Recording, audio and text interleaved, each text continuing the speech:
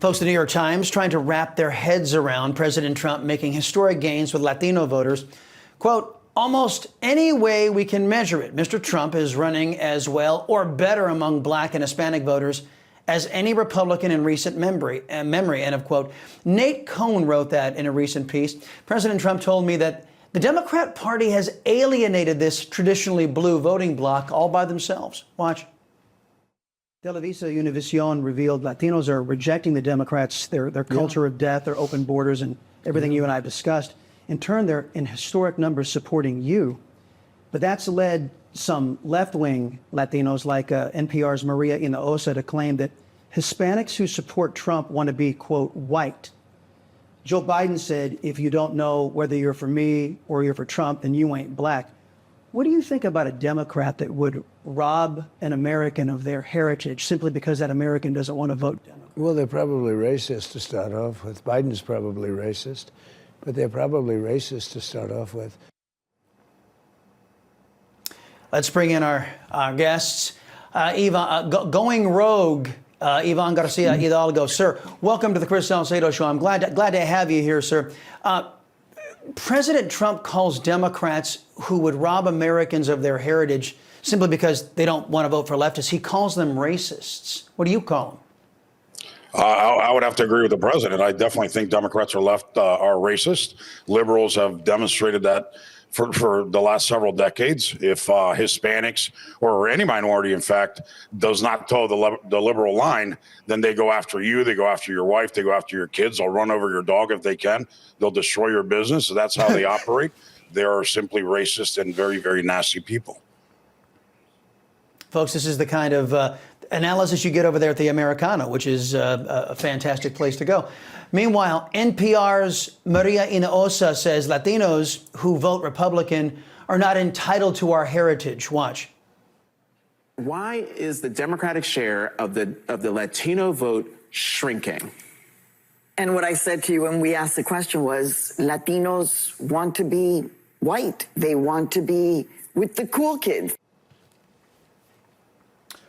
How should liberty-loving Latinos respond to leftist Latinos when they make such absurd claims? And don't these left-wing extremists kind of give up the ghost that at the end of the day, it's not about race, it's not about heritage, gender, or sexual orientation. At bottom, this is all ideological. Those lefties who want to rule over us and those of us who don't want to be ruled, right?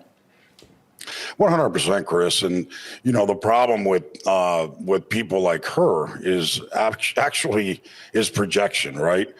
She wants to be in with the cool kids. She thinks the liberals and the Democrats are the cool kids. So she'll do, say, be whatever they tell her to be. And that's the reality. People that are on our side of the aisle, we believe in being ourselves, being American.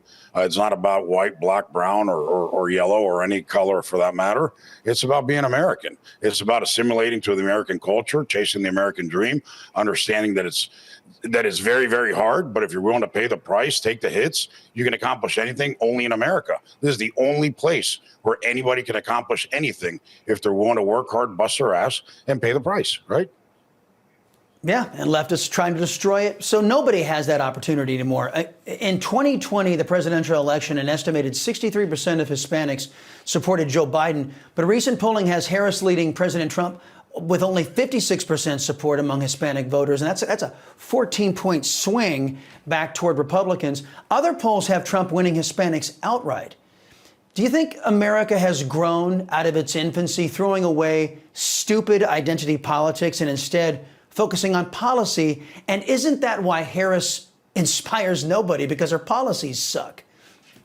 Well, 100%. I think people might say, well, I don't like President Trump's demeanor or his tone or his tweets or whatever. But at the end, they love his policies. And Hispanics, like every other American, has realized that we're better off with Donald Trump as president than with Kamala Harris or Joe Biden. And, you know, on the Hispanic numbers, I just saw a number this morning, 54%, you know, and you know there's a big undervote right there. I believe President Trump is probably going to break the 50% mark. I truly do. And a bigger number that really speaks volumes, Chris, is the black vote. You know, you're seeing that Obama got 93% of the black vote. Biden got 91% of the black vote. She's at 67. President Trump is at 32%. That could go inch a lot closer to 40%. You look at the soccer mom vote. I think President Trump has this thing in the bag. It's going to be a slaughter. And, we get to save America and we get to fight another day. And that's the important part, because we know what's happened to the Democrat Party. They've been taken over by Marxists and by crazies. And like I've always said, Chris, is Democrats see more psychiatrists and less politics. Well, and note to Karl Rove and George Bush, who wanted to say, hey, the way to a Latino's heart is to open up the borders and support illegal immigration. Sorry, guys, liberty-loving Latinos like law and order, just like everybody else does.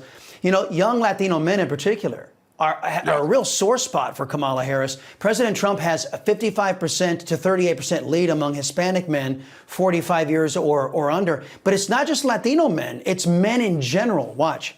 Yeah. This is the Democratic margin among black men under the age of 45 in presidential elections. You go back to November of 2012, what do you see? You see Obama by 81. Clinton only won him by 63. Then we're all the way down to Biden last time around by 53. A tremendous drop already.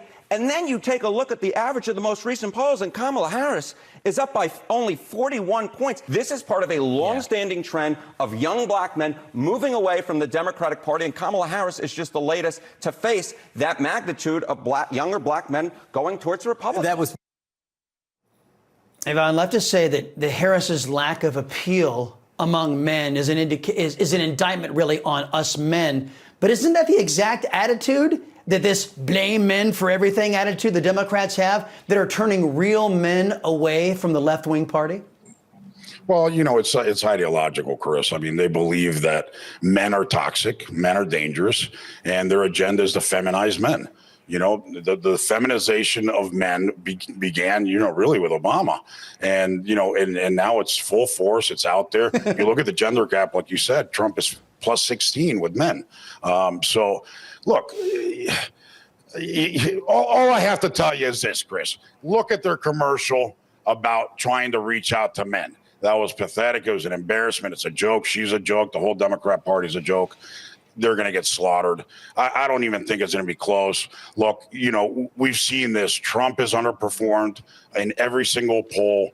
Not underperformed. He's underpolled all the time and outperformed his polls. And right now he's sitting at a 51-48 advantage nationally. We're in the battleground states, we're +1, +2. He's going to come out and he's going to rage. He's going to wipe this thing clean. I think hopefully with a decisive victory, we'll put this thing to bed once and for all. Wokeness can go away and the crazies can go seek psychiatric help, because that's what they need and what the country needs right now.